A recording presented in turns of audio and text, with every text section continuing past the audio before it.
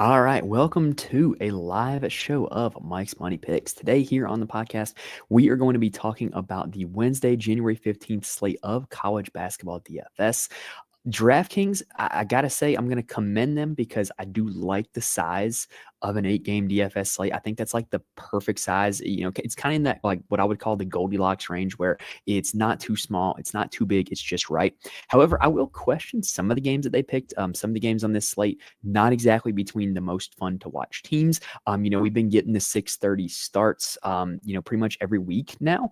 And, they didn't choose to start at 6:30 here on this slate. They chose to start at 7 and, kind of miss some of what I would consider some decent 6:30 games. But anyway, we've got a nice little 8-game slate that is starting at 7 p.m. What we're going to do here on this show, whether you are watching us live right now or whether you are checking this out on the recording on YouTube, or if you were listening to the audio that I'm still going to upload, we're going to break down all 8 games, tell you what you can expect from each game, as well as who needs to be in and out of your DFS lineups on DraftKings as well as FanDuel for this Wednesday, January 15th college basketball DFS slate. Now, if you have not already, please help me out. Hit the like button on YouTube and go ahead and subscribe to the channel. That way you can know whenever we go live for the rest of the season, because we are going to have content that is both live and not live for the entire rest of the college basketball season. So if you're subscribed, you will know when all of that drops. And if you are watching us live and you got any questions, comments, is there anything I missed, anything you want to get out there,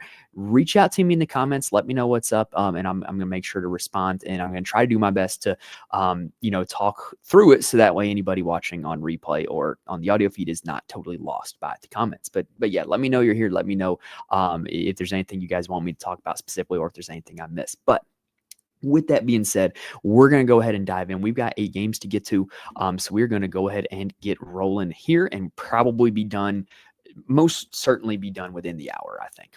All right, so game number 1 is going to be the highest scoring game on the slate. This is not a slate of a whole lot of like super pretty high scoring games. This is the highest game total on the slate by 9 points. It is Cal heading to Chapel Hill to take on North Carolina in what has to be one of the longest road games of the college basketball season.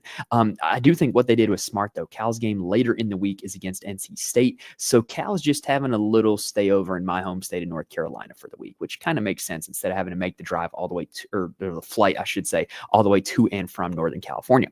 Anyway, KenPom has this game projected to be 89-74 in favor of the Tar Heels. All the lines and the rates and the stats that we're going to reference here are from KenPom. I cannot recommend that enough if you are not subscribed to KenPom. But 89-74 in favor of the Tar Heels is the projected total. That gives us a 163-point total, which is the highest on the slate by 9 points. And a big reason why is because these two teams, like when you look at how they play defense and the tempo they play at, it's just ripe for targeting. Cal ranks 249th in the nation in defensive efficiency. That's one of the lowest out of all Power 5 teams, and they rank 148th in tempo, which is above average, whereas North Carolina ranks 41st in the nation in defensive efficiency and 11th in tempo. The Tar Heels are really looking to push the pace this year. So that's how you end up with, the highest scoring game of the slate, especially considering so many of the rest of these games are like really ugly, really low totals. Now, on the Cal side, do not discount this Cal team. Like they, with their total of 74 points, they still have the 3rd highest team total on the slate, which is crazy to think about. So you're going to want to make sure you get some exposure to this team. Now, at the top for Cal is Andre Stojakovic. Yes, he is Paige's son. He is a super high usage player, super high shot volume player. But the problem is that like all he does is score. He doesn't give you a whole lot of upside in terms of the rebounding and assist categories. And so, when you're playing a guy at $8,400, you really want to get at least like 34, 35 DraftKings points out of him. And that's really hard to do if you are not going to be getting a whole lot of peripheral stats at him. Like you're going to be asking him to drop 30 and hit multiple 3-pointers. And I don't think that's necessarily just the most likely case. Like if you're looking to stack this game up, I think you can make a case for Stojakovic, but I think his profile of being a shot-dependent player at $8,400 really makes him not a great on-paper play. Now, next up, you've got Jeremiah Wilkinson that I'm going to go ahead and talk about. He comes off the bench for Cal, and he's got a very similar profile to Stojakovic. He's a very shot-dependent player, doesn't give you a whole lot in the peripherals, but he's not even playing as many minutes as Stojakovic. He's not even getting as many shots as Stojakovic, but he is only $5,500. I remember back in like December, we were playing this guy at like 4K because he had some huge huge games coming off the bench. But now this team is a little bit more going through Stojakovic now that they've started conference play. With this profile, it's really hard to get behind at 5,500. But if you're looking for like a big time game stack, I get it. Now, the other starters for this team, at guard, they start Javon Blackshear Jr. and DeJuan Campbell. Blackshear has not been good recently. He had been a really solid high usage player for this team, but it's really trending in the wrong direction for him, and he's still priced up there at $5,900. This game environment is great. I think you can make an argument to play him, but he's going in the wrong direction in my book. Whereas DeJuan Campbell is a guy that is not a super high usage player, but he's playing a ton of minutes. He is going to get you peripheral stats with rebounds, with assists. And at $4,700, I think he makes a really good case to be one of the better value plays this slate at the guard position, with there being not a whole lot of value on this slate in general. Now, for the bigs for this Cal team, they play a 4-big rotation of Rytis Petritis, Matty Sissoko, Joshua Ola Joseph, and Lee Dort. Petritis is the transfer from Air Force. He was Air Force's best player last season. Hasn't really got it together yet this year for Cal, but I kind of have faith. Like, I know he's a good player. I know he's playing a lot of minutes if he can stay out of foul trouble. I'm willing to go there, especially considering that North Carolina has had problems with bigs so far this season. I think he's worth a look at $5,900. Matty Sissoko is a Michigan State transfer, and he's basically the same guy he was at Michigan State. He's going to play about 25-ish minutes a game. He's going to shoot the ball probably twice, and if he gets you some rebounds and blocks, you're going to be sitting pretty. If he doesn't, you're not going to have a whole lot of return on your investment. And then Ola Joseph and Dort do come off the bench. Ola Joseph is a little more of a scorer. He would be a guy that I would be more willing to look at $4,100 as a bench option for this Cal team. Like I said, the bigs are how you want to generally target Carolina. So if you're looking to stack up this game, get you one of Petritis or Sissoko or Ola Joseph or even Dort. All right, looking at the comments. This is a nice natural segue because I see we got Darren in there mentioning that Ian Jackson has had big time inflation. Yes, he has. So Ian Jackson, if you do not know, is the star freshman for Carolina. He's great. Like, just watching him, he's going to be like a super talented, super successful college basketball player. I like his game a lot, but his price tag of $8,100 is really tough to get to on this slate, even though they are implied to score 89 points. Ian Jackson, he's had 7 straight games over 28 DraftKings points, but none over 40. So what you're seeing is at a salary of $8,100, is he likely to not kill your lineup? Yeah, he's probably going to get you about 28 to 32 DraftKings points, and you'd be okay with that. But he's also unlikely to break the slate wide open and give you like a 5x or 6x return. And so just, like Darren saying in the comments, this price tag is making it really tough to play Ian Jackson. Also seen in the comments, what's up, Cam? Cam, loyal member of the Fantasy Corner Discord. Glad to have you in here, Cam. We're going to talk more about the Discord a little bit later, and I know Cam's a big fan of the UNC Tar Heels, so nice timing that he's getting to see. Let's talk about his Tar Heels.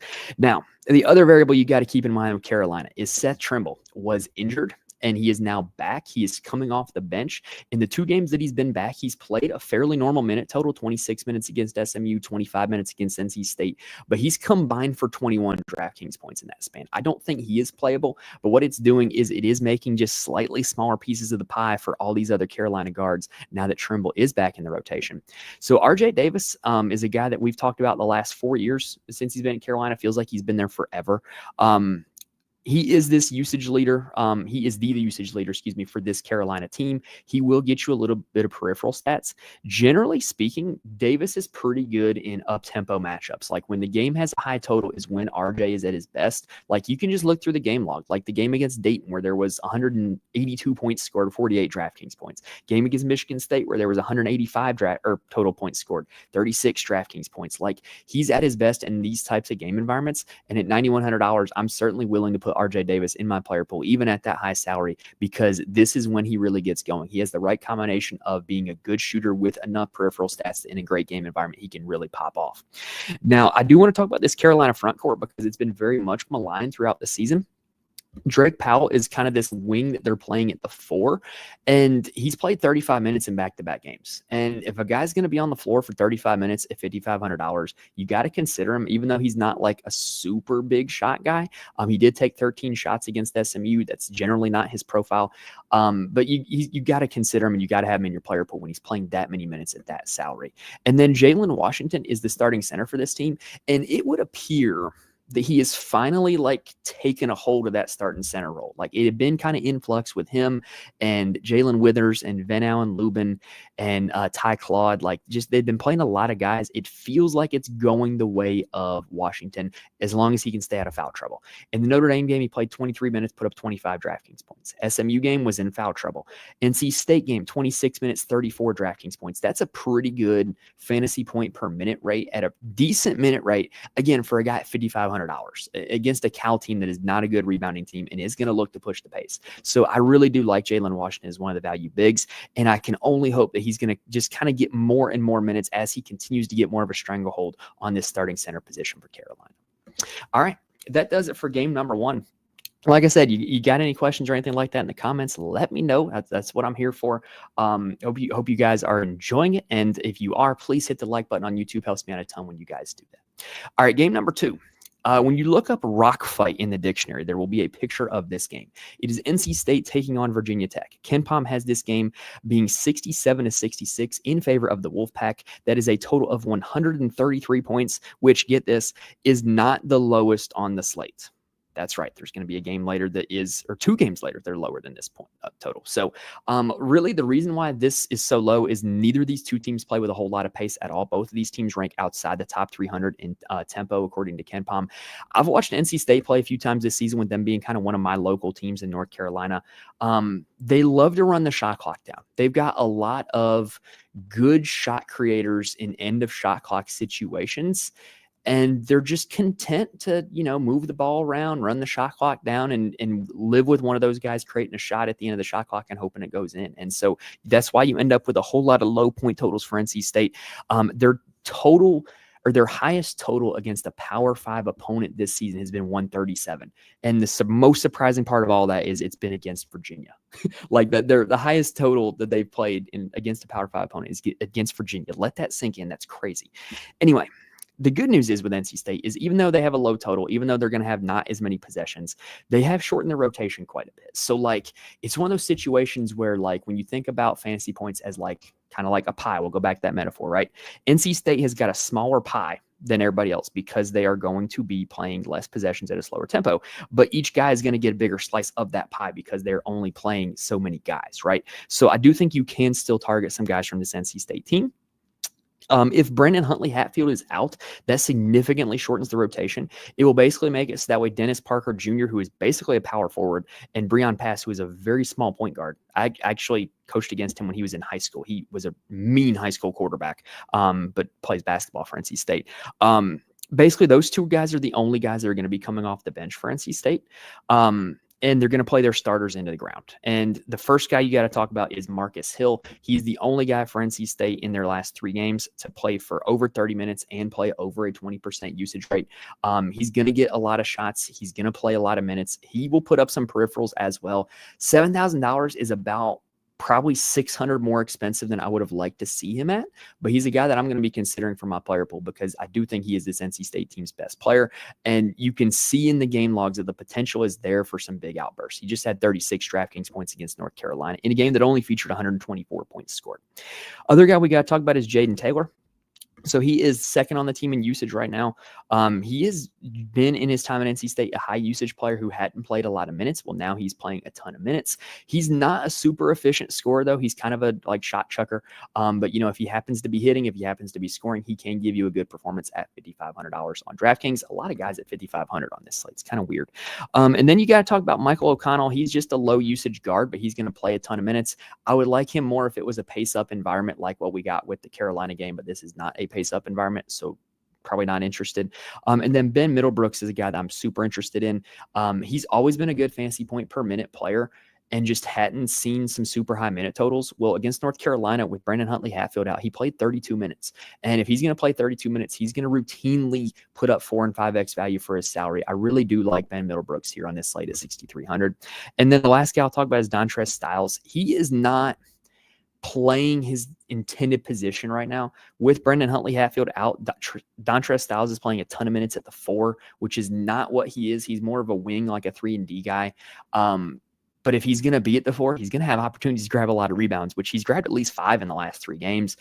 6,000, again, much like what I said with Marcus Hill, I think he's about 600 too expensive, but this is a slate where there's not a whole lot of value, and this is a guy that has the potential to pop off, and I'm probably going to be considering him.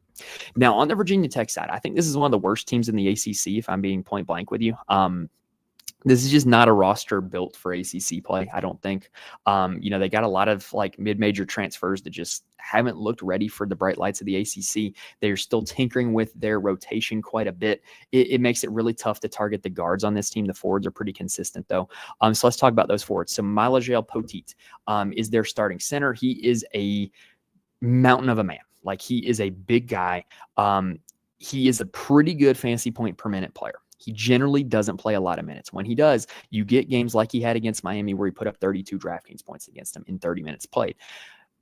Knowing what Jalen Washington just did to NC State in the front court, Poteet could absolutely do the same thing. He's only $5,200. I think you can consider him as a GPP target, but not a cash game play. Toby Lawal is a transfer from VCU that is a pretty athletic power forward. I think he's going to have a little bit of a mismatch going up against Dontrez Styles. He's going to have a little bit of a size advantage in that spot. I don't mind it. He's shown the potential for big games, and he's going to play a decent minute total as long as he can stay out of foul trouble. I think that there's much worse targets on the slate considering the matchup that he's going to be given. After that, let's talk about the guards. It's kind of a mess. Brandon Rexsteiner is the usage leader amongst all the guards, but his minute totals have been super inconsistent. His DraftKings point totals have been super inconsistent. In fact, he hasn't put up 20 DraftKings points since November against South Carolina. So it's kind of hard to rely on him for a big total, but maybe he plays another like 27 type minutes and gives you a big performance, but it's hard to feel confident about it. Tyler Johnson has been really good in recent weeks for this Virginia Tech team. Against Cal in their last game, he played 35 minutes, put up 27 DraftKings points, and he had 19 against Miami as well. I think he's another guy that, knowing that there's not a whole lot of value on this slate, I think that he is worth a look at $4,600, but I think he's far from like a lineup lock or a core play or anything like that. And then Jaden Shutt is the other starting guard. He is, I hate this term. I hate like putting college kids on blast, but he's kind of a cardio king. He just plays a decent amount of minutes, doesn't put up a whole lot of stats. $4,500, I'm not interested. Off the bench, they've got Jaden Young, who is like a volatile, high-usage guard that comes off the bench. Against Cal, he had a ceiling game, 23 DraftKings points, but it's not something that happens very often. I think he's a guy you can play as a value in GPP type environments. And then Ben Hammond, who had been playing really well, missed last game. Don't know if he's going to play in this one or not, but he had been really trending in the right direction. 25 DraftKings points against Miami before missing the last two games, not one. I misread my notes there. All right, that does it for game number 2. I see in the chat we got my guy Dan Brown. What is up, Dan? Super sharp college football guy Dan is. If you do not know Dan, you need to follow him. Works for Fantasy Points, which is a great publication, and he's a super sharp college football guy, fountain of information. I'm very happy to see you here in the chat, Dan, talking some college hoops. All right, so now let's move on to game number 3. We got Kansas taking on Iowa State. This is the game of the night, in my opinion. Ken Pom has this one as being Iowa State 76-70. That is a total of 146 points, which ranks 3rd on the slate. The reason why this one, the total is kind of like in the middle, is because both these teams are elite defensively, but are going to play pretty fast. Kansas ranks 4th in the nation in defensive efficiency and 139th in tempo, whereas Iowa State is 9th in defensive efficiency and 104th in tempo. What that's going to do is it means that there should be a decent amount of possessions in this game, but not as much scoring. So what that does is that leads me to want to play guys who are going to get rebounds and blocks and steals, because they're going to have a lot of opportunities to do so. And it leads me to want to stay away from guys who are scoring or shot dependent, because there might not be as much of that with the good defense being played. So now on the Kansas side, I'll go ahead and get this out of the way. I mean, y'all can tell me if I'm wrong about this, but I never played DeJuan Harris or KJ Adams. They just don't like shooting the ball. They very rarely shoot the ball. They're dependent on their peripheral stats, and I never play them for that reason. Maybe I'm wrong for that, but it very rarely is a strategy that kills me. If you want to play them, knock yourself out, but you're going to need those peripherals from them because they're not going to do a whole lot of scoring. The guy that is going to do a lot of scoring is Hunter Dickinson. He has been, Kansas has been kind of a disappointment to start the season, but ever since the West Virginia game where Dickinson played not great, if I must say so myself. The last 3 games, he has been on a tear. 45, 45, and 35 DraftKings points. And in that Cincinnati game, that was a game that only featured 94 total points scored. So willing to kind of forgive the low DraftKings total in that one. But this is a guy that they're going to play through on the inside. We're going to get to see whether Iowa State's bigs can handle him down low. A lot of guys can't. Kansas in big games tends to go to Dickinson on the inside more. I think he's a great play, even though he's priced up all the way at $9,800. Zeke Mayo has kind of turned into the new, like, Ochai Agbaji, Kevin McCullough type of stat sheet filling wing that Kansas has had over the last 5 years. He's all the way up at $8,200, which I don't like. He has not hit 4x value for that salary in his last 3 games, but he's shown the potential to do so. He can fill up a stat sheet. Not my favorite play, but I wouldn't fault you if you played him. After that, I want to talk about Shaquille Moore. He recently entered the starting lineup for this team. He is a transfer by way of Mississippi State. I believe he was at another school before that. He actually played high school basketball in Greensboro, which is pretty close to me. Never played against them or coached against them, though. But since entering the starting lineup, he's averaging 17 DraftKings points a game. And his minute totals have gone up in each of the last 3.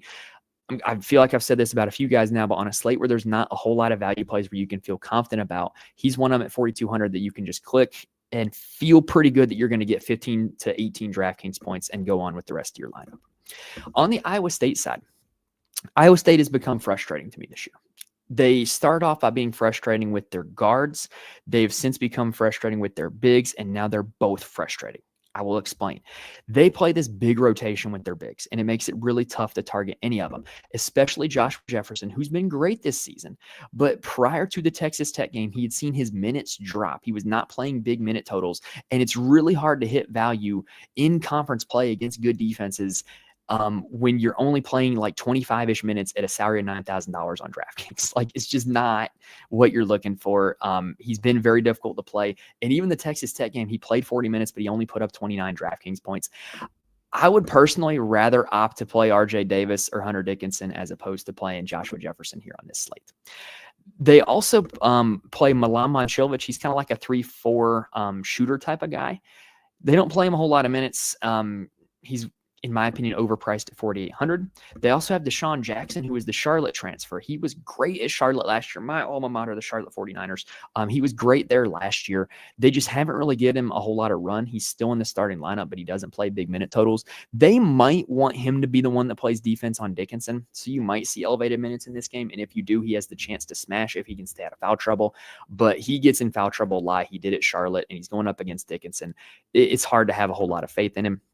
And then Brandon Chatfield is another guy in that rotation that is playing solid minutes, but it's not enough minutes to still feel confident in playing him though. So like I said, they're playing those 4 bigs all like not topping 25 minutes. It's just really frustrating to target and really tough to target. Now the guards, like I said, the guards were frustrating and they're getting less frustrating. So Keshawn Gilbert is technically the usage leader over the course of the whole season. He has a very high floor. That is what I would say about him. If you're playing, he feels like a guy that you got to get to. But we're not really seeing a whole lot of ceiling performances out of him because what we're seeing is Curtis Jones is coming off the bench and taking all the shots. He has led this team in shots in each of the last 5 games, which include their 3 Big 12 games. It's rare when you see a team who is like so offensively dependent on a guy coming off the bench, but that's where they're at right now. And $8,000 still feels like way too much to pay for him, even though he has scored 32 and 43 in their last 2. I just don't like the concept of paying that much for a guy who comes off the bench. I do want to talk about Tamin Lipsey. He was this team's best player last year. Like, he was really good. And this year has been kind of hit or miss. His usage rate has actually dropped a full 5% from last season, and it's because of the emergence of Curtis Jones.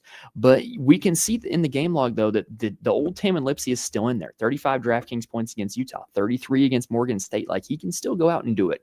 And so he's a guy that's going to make my player pool just because I know that the ceiling is in there, and I'm going to live with the result even if he does end up disappointing. All right, that does it with game number 3, and we are rolling right along. So I do want to take this time to mention, if you do want more information from me, there's a few places you can get it. You can follow me on Twitter at Mike's Money Picks. I tweet out all updates for the show there, and I'm more than happy to answer any lineup questions. I'm also in the Fantasy Corner Discord. I mentioned it earlier, but the Discord is a community of a lot of really good, really smart people who play DFS for a lot of different sports. The college basketball chat in there is phenomenal. A lot of really good, really smart players in there. So if you're looking to, just talk DFS with some people, talk lineups, talk strategies, talk plays, the Fantasy Corner Discord is the place to go.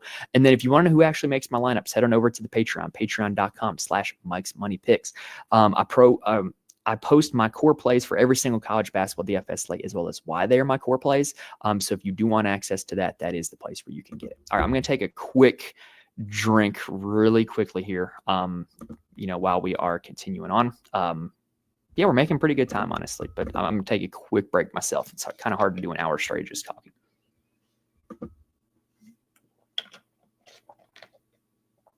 All right. I need to get Gatorade as an official sponsor because that was what I was drinking there. All right. Anyway, game number 4, we got Seton Hall taking on Butler. This is not a great game environment. Seton Hall is another team that tends to play these like slow rock fight type of games. KenPom has this total projected to be 71-62 in favor of Butler. That is a total of 133 points. And it's not hard to find out why. Seton Hall plays at the 346th ranked tempo in the nation and ranked 94th in defensive efficiency. So you've got decent defense and awful tempo. And then Butler is about average in tempo, 188th, but decent in defense at 97th. In defensive efficiency. So Seton Hall, this is a team that has been struggling to find their offense all season. Well, they finally seem to have settled on a lineup and a best 5 players that they're going to go with, even though it doesn't necessarily reflect their starting lineup. Like they've moved different guys in and out of the starting lineup, but the same 5 minutes leaders have been the same for about the last 3 games now, as long as they stay out of foul trouble. So Isaiah Coleman has turned into their guy. He's had back-to-back games over 30% usage. You can see in the point totals, he's had 22 points or more in 4 of the last 5 games. And in all 5 of those games, he's been over 34 DraftKings points, which is over 4x value for his salary. I think from a points per dollar perspective, he makes a lot of sense. I think Butler is certainly not better defensively than the teams that he's played recently. So I think that this is a pretty good spot to target him. He's going to get a ton of shots. And he's been pretty, the recent form, you cannot deny, it's been really good. So Isaiah Coleman, definitely a guy who's going to make my player pool. After that, you've got Dylan Adewusu, Chauncey Jenkins, Scotty Middleton, and Prince Alibe are all going to play huge minutes. Those are the crunch time 5 that they've gone with, even if they don't start in the starting lineup. And all of them except for Middleton have a usage rate over 20%. Dylan Adewusu, we've seen him in his time at St. John's and Seton Hall. He's a pretty solid peripheral stat guy. He can give you some ceiling performances every now and then because of his peripherals. Chauncey Jenkins is a transfer from ODU. He's kind of been their second offensive option behind Isaiah Coleman, and he plays a ton of minutes. Very reasonable price tag at $5,700. In my opinion. The guy I really want to talk about, though, is Prince Alibe. He's statistically their best rebounder. He's coming off of games where he's had 6 and 7 in his last 2. He was pretty much out of the rotation after being a big part of it early in the season. And now that he's back in the rotation, he's had back-to-back games over 30 DraftKings points. I would expect him to be popular on this slate because people are going to look at his game log and see that. But I think it's for good reason. He's taken 13 shots in both those games. He's a good rebounder. He's playing a ton of minutes. And the Seton Hall team kind of has a little bit of momentum going now. And I think that he is a big reason why, and is a guy that I'm certainly going to go to here on this slate. And I'm not even going to consider any of their bench options if I'm being totally honest with you. All right, now let's get to this Butler side. So Butler is an interesting team because they've been tinkering with their starting lineup. They basically have 2 positions where guys split minutes 50-50. At point guard, they have moved Colby King into the starting lineup over Finley Bizjack, but they both play about 50% of the minutes still, and they're both not high usage players. It's like Finley Bizjack had the great game against Creighton, 22 DraftKings points, but it's just really hard to feel confident about either of them, knowing that they're splitting the minutes 50-50, knowing that they're not getting a whole lot of shots. The other position that's split about 50-50 is the center position between Andre Screen and Bowden Kapke. Kapke, again, much like Bizjack, great game against Creighton, but hard to be confident in him when you know he's not going to play a whole lot of minutes. Andre Screen's interesting. Andre Screen is a high usage player. He's got a 24% usage rate when he's out there. So if there ever were to be a game where he were to see a lot of minutes, or a game where he were to have like an advantage inside, which he's going to have a massive size advantage inside in this game against Alibe and Middleton of Seton Hall. I think that he's a little bit interesting. Like we've seen him have these random ceiling games in the last 2 years. This season he had 40 against UConn randomly. He can do that. So I do think he's a guy that if you play GPPs, you got to get into your player pool. After that, Jamil Telfort, Patrick McCaffrey, and Pierre Brooks, those are the three guys that aren't going to shoot all the shots, but they're way too expensive. Like Telfort up here, $8,900. He had the 55 DraftKings points performance against Villanova, but other than that, he has that's the only game in his last 5 where he's been over 3x value for his salary. Like it's just not a good price for him. Like it's taken into account his ceiling, but not his floor. I'm not interested because of that price tag. Could he break the slate? But I'm fine living without him, if I'm being honest. McCaffrey and Brooks are the other 2 shot dependent players that they have. And again, I think they're a little bit too expensive as well. I like guys that just have more than one way of getting home, and they're kind of only one way of getting home is by scoring 20, making multiple 3-pointers, maybe getting you 7 or 8 rebounds, which is not super likely. So I'm just not really super interested in this Butler side. I'd rather, all things considered, play guys from Seton Hall in this game than Butler. All right, next game up, game number 5, we've got Penn State taking on Michigan State. This one has the biggest injury news of the slate. More on that in a second. KenPom has this one as being 82-72 in favor of Michigan State. That is a total of 154 points. That means let me backtrack. Penn State is the reason why that total is so high, because they play at the 25th ranked tempo in the nation, and they only rank 62nd in defensive efficiency. Michigan State's a really good defense. They rank 11th in defensive efficiency, but 136th in tempo, which is still above average. So this is the second highest total game on the slate. I definitely think you're going to want some pieces from this game, but what you're going to have to monitor is the status of Ace Baldwin Jr. He is Penn State's best player. He is an elite on-ball defender as well. He came over with Mike Rhodes from VCU 2 years ago, and he's been really good at Penn State ever since he's been there. He missed the Oregon game on Sunday. I don't know what his status is for this one. I haven't found one yet. If he doesn't play, though, what you saw in that Oregon game was you saw a super condensed rotation. The first thing they did was they moved Nick Kern into the starting lineup, and he was great in that game. 34 DraftKings points, took 20 shots, didn't shoot the ball that well, 8 for 20 from the field. But if you're going to play 35 minutes, you're going to take 20 shots, you're going to put up 34 DraftKings points from me, and your salary is only $7,400. Yeah, I'm going to have some interest. So if Ace Baldwin is out, Nick Kern is a guy that you really got to be interested in. But also don't count out Frankie DeLeon. So in that game, Nick Kern had over a 30% usage rate, and Frankie DeLeon also had over a 30% usage rate. He only played 24 minutes, but he was 6 for 12 from the field, put up 30 DraftKings points. Who's to say he's not just going to go out and play 32 minutes at the same usage rate and put up 35 DraftKings points? Like, I think there's a possibility there. He's definitely one of this team's most gifted scorers without Ace Baldwin in the lineup. And so I'm going to have some interest in DeLeon at $6,100. And then with them playing a super short rotation, you saw a ton of minutes from Zach Hicks and Puff Johnson in that game. Both of them, I think, are okay plays if Ace Baldwin is out as well. And then the big fella, Yannick Conan Niederhauser, transfer from Northern Illinois. He played 28 minutes in that game, which is about his typical. He is kind of a boom or bust player. I would not fault you if you wanted to play him in this game. But I don't think this is a great spot to attack the Michigan State bigs. DeMarco Dunn is the last guy I will mention. So we were playing him at the start of the season because he was kind of like the blowout king. He would come in these blowout games and be a high usage player and put up like 20 DraftKings points just out of nowhere in blowout wins. If Ace Baldwin is out and one of the guards gets in foul trouble, he's going to come in and he's still going to be that same high usage player. In that game against Oregon, he played 20 minutes, put up 12 DraftKings points. I think there's worse 3K range plays than DeMarco Dunn. So if Ace Baldwin is out, he's probably going to make my player pool, but not be a big part of it. Now, the Michigan State side. This is like one of the worst teams to target in all of college basketball DFS right now. They are just super balanced. They have 6 players on their team who are between a 20 and a 23% usage rate on the season, and they play 9 guys between 16 and 26 minutes per game. That just makes it very, very difficult to target because there's nobody that you can guarantee is going to be out there on the floor the whole time. There's no one player that you can guarantee is going to be the leading scorer or anything like that. Like, it's just really tough. The only thing you can guarantee is probably that Jeremy Fears is going to be their assist leader. He does average over 6 assists per game, but he's not a big time scorer. He's not a big time minutes guy. You're just hoping he gets a double-double to hit value. I think 7,500 is way too expensive for him. Probably not playing him. The guy that I might play, though, is Jaden Akins. So Jaden Akins is probably their best player. And in conference play, it is kind of shown that he has been their usage leader and he has been their shot leader, right? But the problem is this: is like all he does is score. Like if anybody here is old enough to remember, like Chris Carter when he was in the NFL, where he said all I do is catch touchdowns. Jaden Akins is like all I do is score.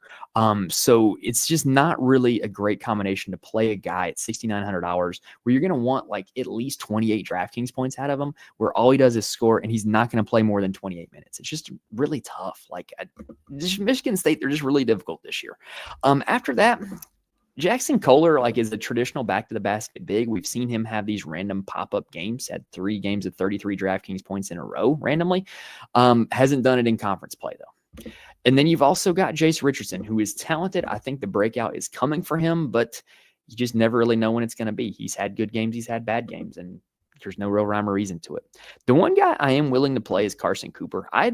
I like playing me a less than 4K backup Michigan State big because they tend to come in and just have these random games where Izzo gives them a little more run, or, they go out and they do really well in their minutes, right? So like Carson Cooper in his last 20 DraftKings points against Washington, 13 against Northwestern. That 13 ain't going to kill you at a salary of $3,800. So again, on a slate where there's not a whole lot of guys in the 3K range you can feel confident in, he might be worth a look.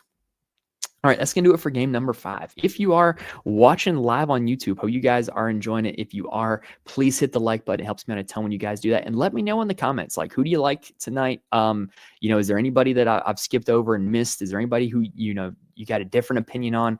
Let me know. That's what I'm here for. Let's get the discussion going. But we got 3 more games to get to, so we're going to go ahead and roll on into the next one. We've got Utah taking on TCU, a battle in the Big 12 between 2 schools that feel like they shouldn't be in the Big 12, but that's another story. So this is actually a decent game environment, though. KenPom has this game being 73-68 in favor of TCU. That is a 141-point total, which is above average on this slate.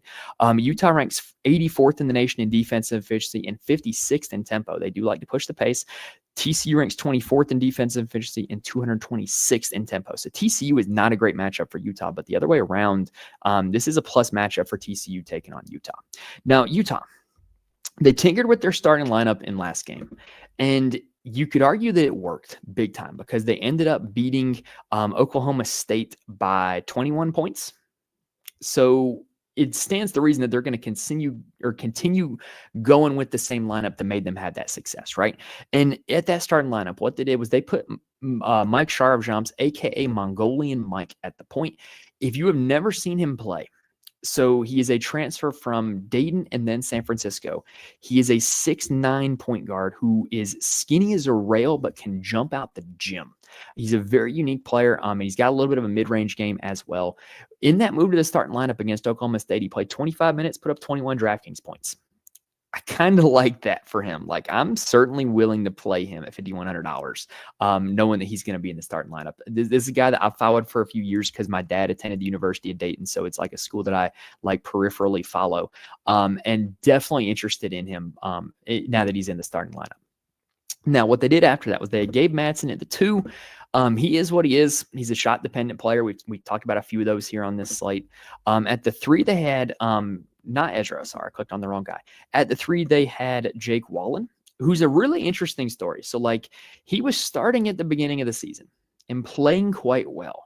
And then all of a sudden, they just moved him to the bench. He was not a part of the rotation at all. He'd been not really all that good.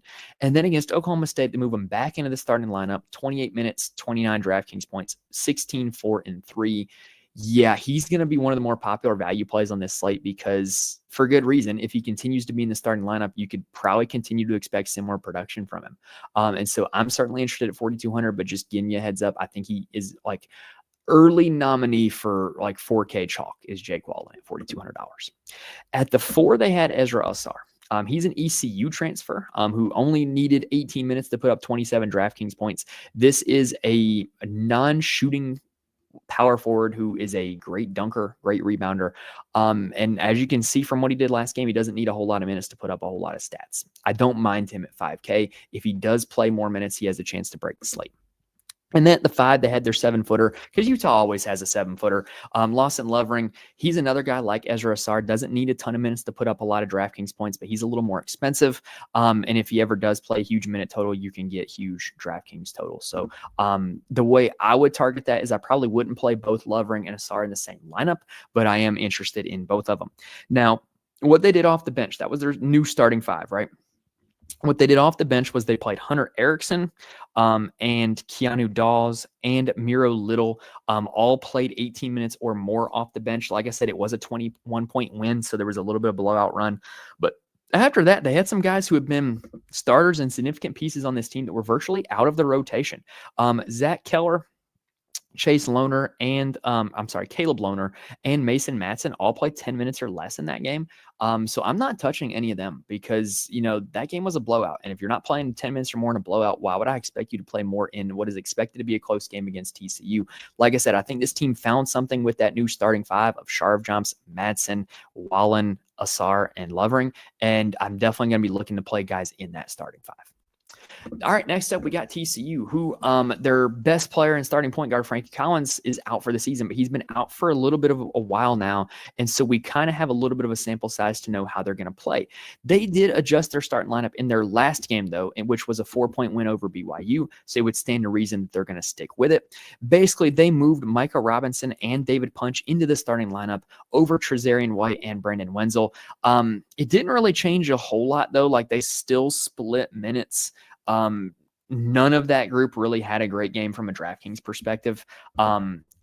Robinson played 16 minutes, put up 13 DraftKings points.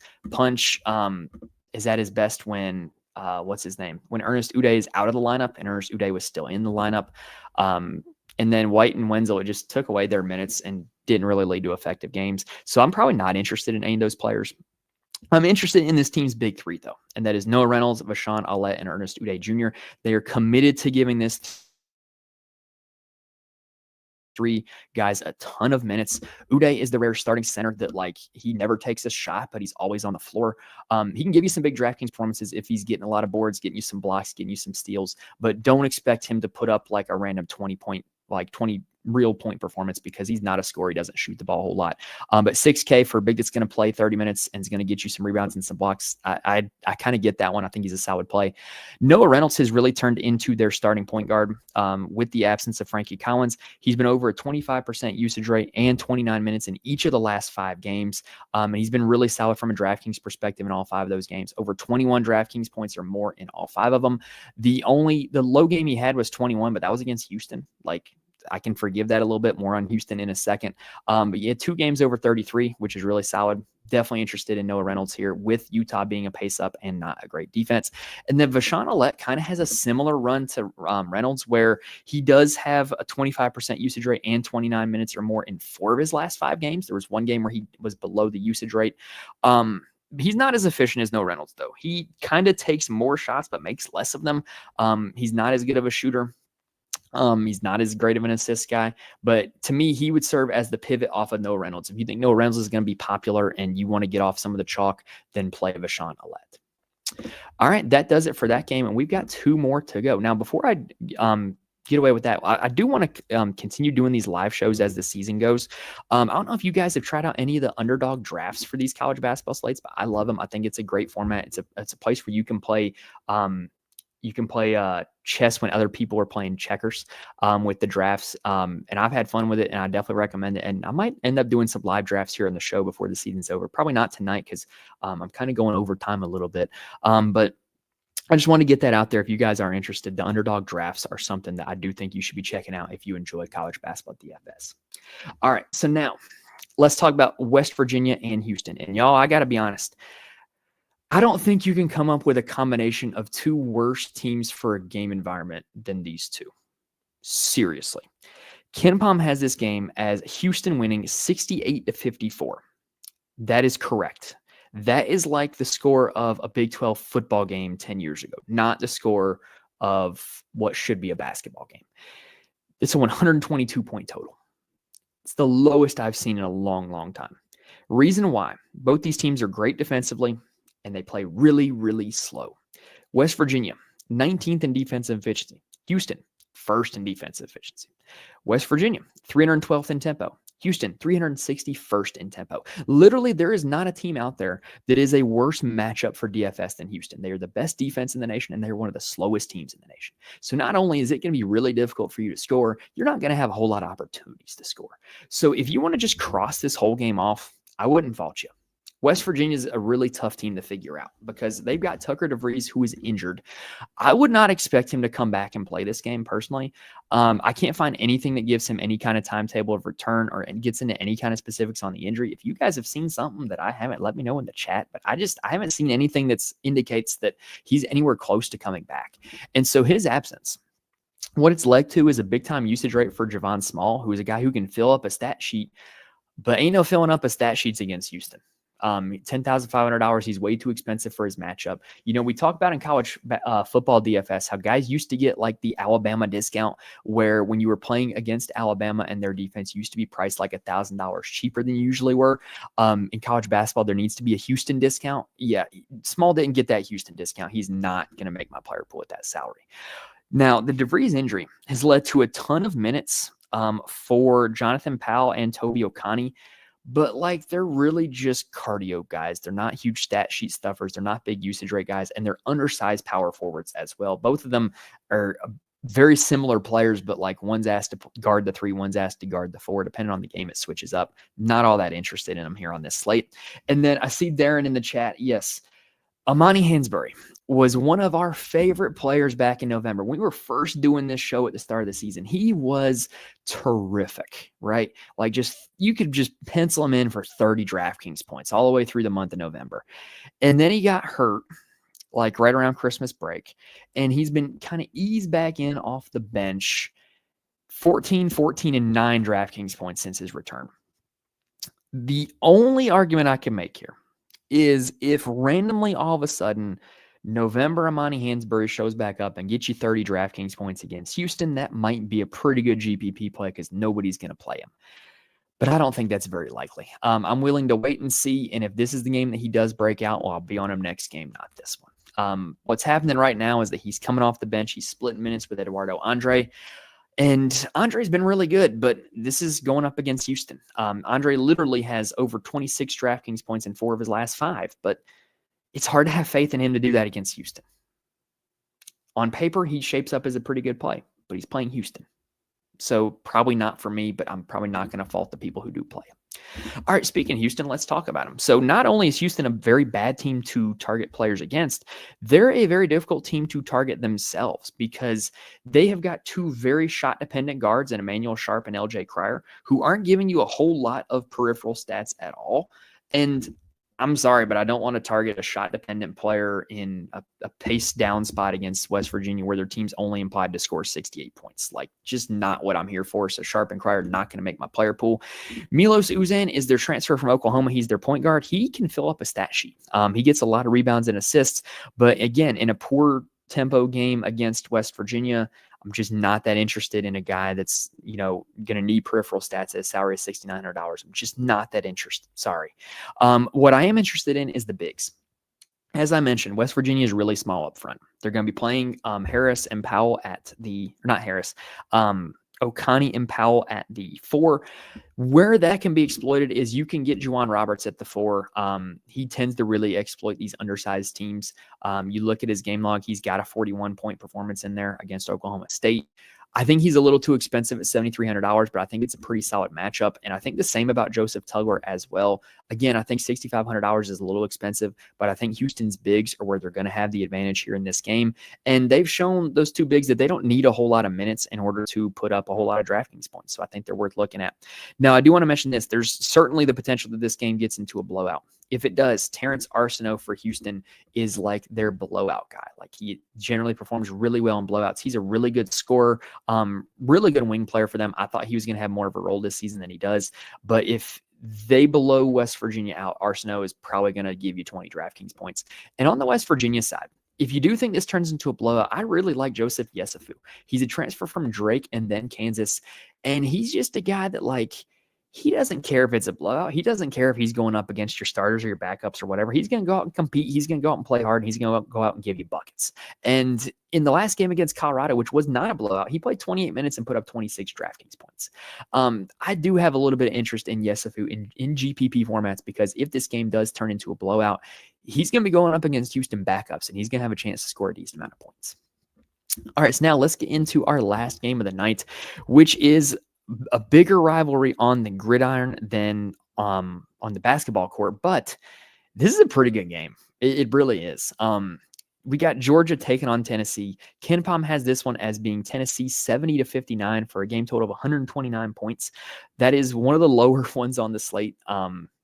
It's not great. Much like the last game, both these teams played a poor tempo and are great defensively. Georgia ranks 16th nationally in defensive efficiency and 222nd in tempo, whereas Tennessee ranks 3rd nationally in defensive efficiency and 322nd in tempo. So you got two teams great defensively, playing slow basketball. Not a great game environment. Now for Georgia, here's what I will say. Tennessee is a really good defensive team. I watched them play Texas, my squad, Texas, this past weekend. Texas very much had a chance to win that game, very much let it slip away in the last 4 minutes. Tennessee plays really good defense, but what was working for Texas in that game was just their future lottery pick, Trey Johnson, being a future lottery pick NBA level player and making tough shots. Georgia has a future lottery pick as well. His name's Asa Newell. He's a really solid big man, and he is probably going to be dependent on for this Georgia team to make tough shots, to get tough looks at the basket. He's really good. He's $7,800. I think that's a little expensive for him in this game environment, but I think he's how Georgia is going to have to try to win this game. Like, you're not going to get good shots against Tennessee, so you're going to have to rely on somebody who's going to make tough ones, and he's the guy for Georgia that's going to make tough ones. Now, Silas Demery is their stat sheet stuffing point guard. He is second on the team in usage throughout the whole season. Asa Newell is the leader. But Demery, I like him in like pace up game environments. I don't like him in game environments like this. 3 of the last 4 games, though, he's been over 26 DraftKings points, but even then, that's only 4x value for his salary of $6,700. If he was like $5,700, I think he was a smash play, but I think he's just way too expensive at $6,700. Now, after that, it's kind of a mess for Georgia. Tyron Lawrence is the Vanderbilt transfer that was supposed to come in and be their best player. Silas Demery's kind of outperformed him, though, and taken his role. He hasn't been great as of late. Then you've got Blue Kane, who is just a shooter, and he is a knockdown shooter. He's a really good shooter, but that's like all he does. But he does play a lot of minutes. He's going to have some opportunities to score, but you're really dependent on his three-point shooting. And then you've got Deshane Montgomery, who is a very interesting man. So basically, he hadn't played at all until like winter break. Plays first game against Buffalo, 27, and then 34 DraftKings points against Charleston Southern, 28 against South Carolina State. Then conference play started, and he like disappeared again. 7, 12, and 9 in his 3 conference games that he's played. But when he's out there, has a huge usage rate. He's just a super volatile play, though. If he were 4,400, I would be considering him. But $5,400, I think he's a little expensive, even for my taste, where I like these like GPP high usage volatile guys, but I think he's a little expensive for me at $5,400. He's probably a pass for me. But yeah, that's what you got with Georgia. All right, now let's talk about Tennessee. So Tennessee, interestingly enough, Rick Barnes mentioned over the weekend how like Chaz Lanier has been brought in to score the basketball, and that's been what he's brought in to do. And against Texas, he like benched him a little bit because he wasn't shooting enough. Against Texas, he only took 11 shots. And really, Chaz Lanier, when you look at his DraftKings scoring logs, his performances have gone as his scoring has. He's very shot dependent. He doesn't give you a whole lot of peripherals. $8,500, I think, is a little too expensive here on this slate. It's just really hard for me to get to him. But, hearing what Rick Barnes just said, there's a chance he just comes out and chucks 25 shots. And if he chucks 25 shots, there's a good combination or good probability that about 15 of them are going to go in, and he's going to end up with a pretty solid performance. So I have a little bit of interest, but not a lot. Zakai Ziegler. Well, let me mention this also. Let's talk about the rates. So Chaz Lanier does lead the team in usage at 25%, significant shot rate leader at 35%. The only other 2 guys who are over 20% on the season are Zakai Ziegler and Igor Milicic. Let's talk about Ziegler. He is, again, the stat sheet stuffing point guard. I feel like I've used that a few times this episode because there's a few guys of his archetype who have been on this episode. But he fills up the stat sheet in a variety of ways. Big time assist guy, will get you some boards as well. Every now and then can score a little bit. $8,300 is very reasonable price for Zakai Ziegler, but this is not a great game environment. And so on a situation where like opponent unseen, I would be like, yeah, let me pay that for Zakai Ziegler. But now that I know it's Georgia, a team that's going to slow them down, a team that is going to play good defense, I'm a little bit hesitant about it. But again, like Lanier, I think he's going to make my player pool because there's a chance he does break the slate, but it's not going to be a big portion of it. Igor Milicic is the other of the Charlotte transfers that are on this slate. Go Niners. He, to me, is like the epitome of the modern big man. He is a decent, not great shooter, but he can space the floor. He's a great athlete. In my opinion, his defense is a little bit more style than substance, though. He's a good shot blocker, but he's not a great actual on-ball defender. And it's caused him to get in foul trouble a little bit. If he can stay out of foul trouble, he can give you massive performances like when he had 47 against Arkansas. I think this is a pretty good spot for him going up against Georgia's power forward, but he's got to stay out of foul trouble. And you just can't really guarantee that. $7,200 is a little more than I would like to see where Milicic priced at. Now, they do have Felix Okpara, who is a great shot blocker. Like, last 2 games, blocked 3 shots apiece in them. Also played 29 minutes or more in each of the last 2 games. That's pretty substantial because he's always been a decent fantasy point per minute play, just hasn't always seen the most minutes. And if he's going to continue to see a lot of minutes like he has in the last 2 games, he's got to make your player pool. Only $5,100, like that's 5x value for his salary in each of the last 2 games. So I really do like Okpara on this slate. I think he's in a really good spot. I think he's probably going to be pretty chalky, though. I would not recommend playing Okpara with Milicic. I think you're looking to target this Tennessee team. I think like Ziegler and Okpara would be like an ideal combo. Maybe Lanier and Okpara, but Ziegler feels like the one you would want to more stack with others because of what he does with the rebounds and assists. Now, Jemai Mashak's their 5th starter. He's just a 3-and-D guy, not really my cup of tea in DFS. Jordan Gainey and Darwin Stone-Dubar weren't mentioned, though. Gainey is one of the assistant coach's sons. He's seen his role expand this year from what it was last year, especially in blowouts. So if you do think there's a chance that Tennessee blows this team out, there's a chance that he could go off. Basically, when he was at USC Upstate, he was their best player, like their only really good player. Now he's at Tennessee, and he's behind Lanier and Ziegler. I mean, he might get you 20 DraftKings points. Other guy, Darwin Stone-Dubar, he's the transfer from Hofstra. He was really good at Hofstra last year. Season high in minutes against Texas. He played 17 minutes, put up 21 DraftKings points. If that's a sign of things to come, $3,700 is really cheap. I think if you're playing GPPs and you're playing enough lineups, he's worth a stab. He's probably not going to be a significant part of it, but like this guy was legit at Hofstra last year. If his role continues to expand, he can absolutely smash at that salary. But all right, y'all, that is all 8 games, and that's going to do it for us. Definitely think I went a little bit longer than expected, but like, we got all 8 games covered. Got to talk about, pretty much every single relevant player that is going to be on the slate. If there's anything I missed or anything you guys want to talk about, let me know in the chat. But other than that, that's pretty much going to do it here for this episode. I will tell you guys, if you do want more information from me, there are few different places that you can get it. First off, I gotta share my screen again. Hold on. First off, you can follow me on Twitter at Mike's Money Picks. I'm more than happy to answer any lineup questions. If you reach out to me on Twitter, you can also get all updates for the show on Twitter as well. I'm also in the Fantasy Corner Discord. Link is in the description to that on the YouTube video as well as the audio feed. If you want to talk with, in my opinion, the best community in college basketball DFS, join that Discord. We're in there every day talking lineups, talking plays, and it's a lot of really smart, really good people in there that can really help you out. I cannot recommend it enough. And then, after all this information, if you want to know who actually makes my lineups, head on over to the Patreon, patreon.com/Mike's Money Picks. That is where you can get those. I post my core for every single college basketball DFS slate. But all right, y'all, that's going to do it. I see Cam in the chat. You are absolutely welcome, my friend. Look forward to being back in the Discord talking to you tomorrow.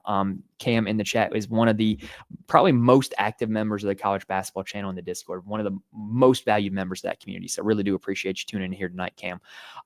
But pretty much that's going to do it here, y'all. Hopefully y'all enjoyed this live episode. Like I said, I'm going to be doing some more lives as the season goes on.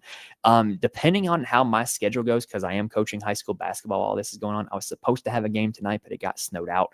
So I just had some extra time to do the live show and put some extra preparation in. But depending on how my schedule goes, we're going to have a ton of college basketball content that is both live and recorded. That hopefully will, give everybody what they need in terms of college basketball content. I love getting on here and talking hoops, and so that's what we're going to be doing for the next 3 months. But other than that, we're going to go ahead and close things out. So best of luck to you guys on the Wednesday slate. Hopefully we gave you guys all the information that you need to know in order to make some money on Wednesday. Thank you guys for watching and tuning into this point, and I will see you guys next time. We're going to go ahead and wrap it up there.